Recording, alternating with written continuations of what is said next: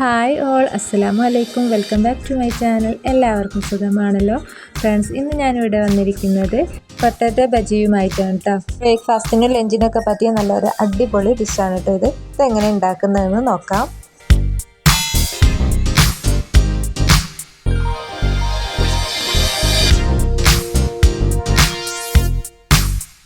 അപ്പോൾ ബജി ഉണ്ടാക്കാനായിട്ട് ഞാനിവിടെ ഒരു പാത്രത്തിലേക്ക് 2 വലിയ ഉരുളക്കിഴങ്ങ് തൊലി കളഞ്ഞ് കട്ട് ചെയ്ത് വെച്ചിട്ടുണ്ട്. ഇനി ഇത് വേവാൻ ആവശ്യമായിട്ടുള്ള വെള്ളം ഇതിലേക്ക് ഒഴിച്ചു കൊടുക്കാം. ഞാനിവിടെ ഉരുളക്കിഴങ്ങ് ഇട്ട് കൊടുത്തിട്ടുള്ള അതേ ലെവലിലാണ് കേട്ടോ വെള്ളം ഒഴിച്ച് കൊടുത്തിട്ടുള്ളത്. ഇനി ഇതിലേക്ക് ആവശ്യമായിട്ടുള്ള ഉപ്പ് കൂടെ ചേർത്ത് കൊടുക്കാം. ഇനി ഇത് ഇങ്ങനെ തന്നെ വേവിച്ചെടുക്കാം. അതിനായി ഞാനിവിടെ ഗ്യാസൊക്കെ ഓൺ ചെയ്യുന്നുണ്ട്. ഈ പാത്രം ഒന്ന് ഇവിടേക്ക് വെച്ച് കൊടുക്കാം. ഇനി ഇതൊരു അടപ്പ് കൊണ്ടിട്ട് മൂടി വെക്കാം കേട്ടോ. മൂടി വെച്ചാൽ പെട്ടെന്ന് വെന്ത് കിട്ടും. കുക്കറിലാണെങ്കിൽ അങ്ങനെയും ആക്കാം കേട്ടോ, അതാണ് എളുപ്പം. അപ്പോൾ അതൊരു 10 മിനിറ്റ് വേവിക്കാനായിട്ട് മാറ്റി വെക്കാം. ഇനി നമുക്കിവിടെ ഇതിലേക്കുള്ള മസാലകൾ തയ്യാറാക്കാം. ഞാനിവിടെ ഒരു പാൻ ചൂടാവാൻ വേണ്ടി വെച്ച് കൊടുത്തിട്ടുണ്ട്. പാൻ ചൂടായി വന്നിട്ടുണ്ട്. ഇനി ഇതിലേക്ക് ഞാൻ 2 ടേബിൾ സ്പൂൺ വെളിച്ചെണ്ണ ഒഴിച്ച് കൊടുക്കുന്നുണ്ട്. ഇനി എണ്ണ ഒന്ന് ചൂടായി വരട്ടെ.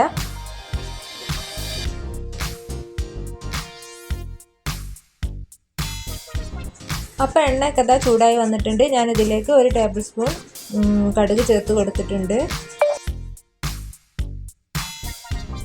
ഇനി ഈ കടുക് ഒന്ന് പൊട്ടി വരട്ടെ.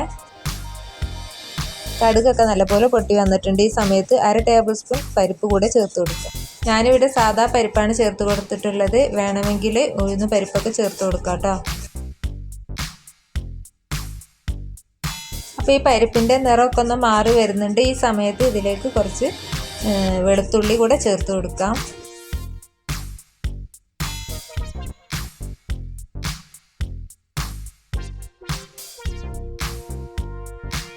ഇനി ഇതൊരു സ്പൂൺ വെച്ചിട്ട് നല്ലപോലെ ഒന്ന് വഴറ്റിയെടുക്കാം.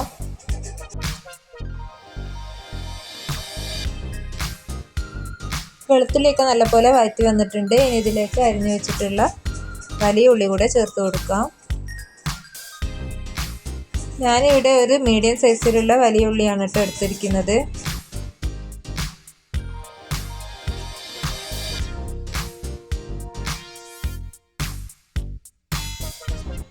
ഇനി ഇത് നല്ലപോലെ ഒന്ന് മിക്സ് ചെയ്തെടുക്കാം.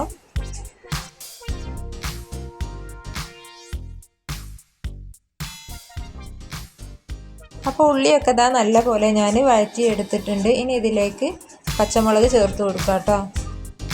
ഞാനിവിടെ 2 പച്ചമുളകാണ് ചേർത്ത് കൊടുക്കുന്നത്. പച്ചമുളകും ഒന്ന് നല്ലപോലെ ഒന്ന് വഴറ്റിയെടുക്കാം.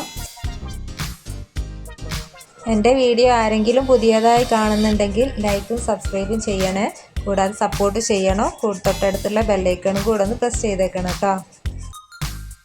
അപ്പം ഞാനിതുവരെ ഇതിലേക്ക് ഉപ്പ് ചേർത്ത് കൊടുത്തിട്ടില്ല കേട്ടോ.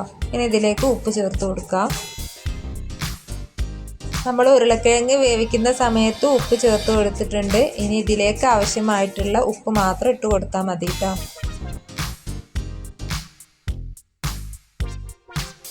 ഇനി ഇത് നല്ലപോലെ ഒന്ന് മിക്സ് ചെയ്തെടുക്കാം.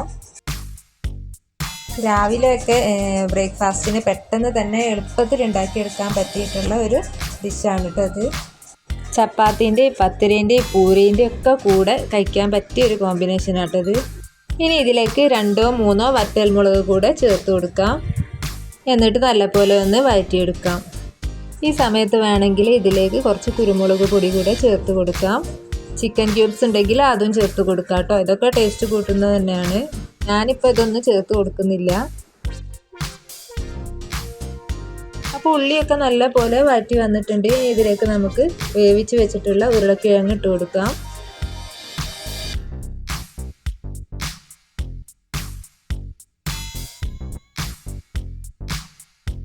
അപ്പോൾ ഉരുളക്കിഴങ്ങൊക്കെ ഫുള്ളായിട്ട് ഞാൻ ഇതിലേക്ക് ഇട്ട് കൊടുത്തിട്ടുണ്ട്. ഇതൊന്ന് പതുക്കെ ഉടച്ചെടുക്കാം കേട്ടോ. ഇത് മുഴുവനായിട്ട് ഉടച്ചെടുക്കേണ്ട ആവശ്യമില്ല, കാരണം ഇത് ഇനി കുറച്ച് വെള്ളത്തിൽ വേവിച്ചെടുക്കാനുള്ളതാണ്. ഈ മസാലകളൊക്കെ ഇതിലേക്ക് പിടിക്കാൻ വേണ്ടിയിട്ടാണ് കേട്ടോ വെള്ളം ഒഴിച്ച് കൊടുക്കുന്നത്. അപ്പോൾ ഞാനിത് മസാലകളൊക്കെ ഈ ഉരുളക്കിഴങ്ങിലേക്കൊന്ന് പിടിക്കാൻ വേണ്ടിയിട്ടാണ് കേട്ടോ ഇങ്ങനെ ചെയ്യുന്നത്. ഈ സമയത്ത് വേണമെങ്കിൽ നമുക്ക് ഉപ്പ് നോക്കാം കേട്ടോ. ഇനി ഇതിലേക്ക് 2 അല്ലി കറിവേപ്പില കൂടെ ചേർത്ത് കൊടുക്കാം. ഇനി ഇതിലേക്ക് കുറച്ച് മഞ്ഞൾപ്പൊടി കൂടെ ചേർത്ത് കൊടുക്കാം കേട്ടോ.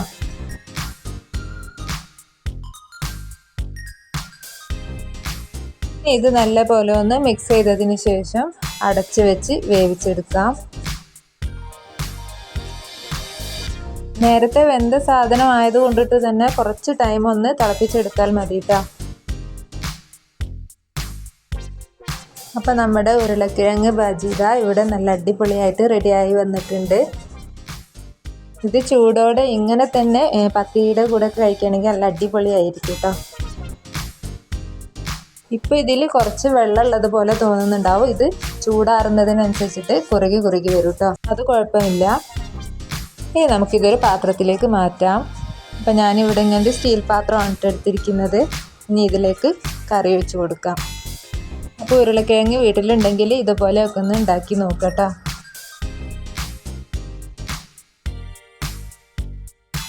അപ്പോൾ കറിയൊക്കെ ഞാനിതാ മുഴുവനായിട്ട് ഇതിലേക്ക് ഒഴിച്ച് കൊടുക്കുന്നുണ്ട്.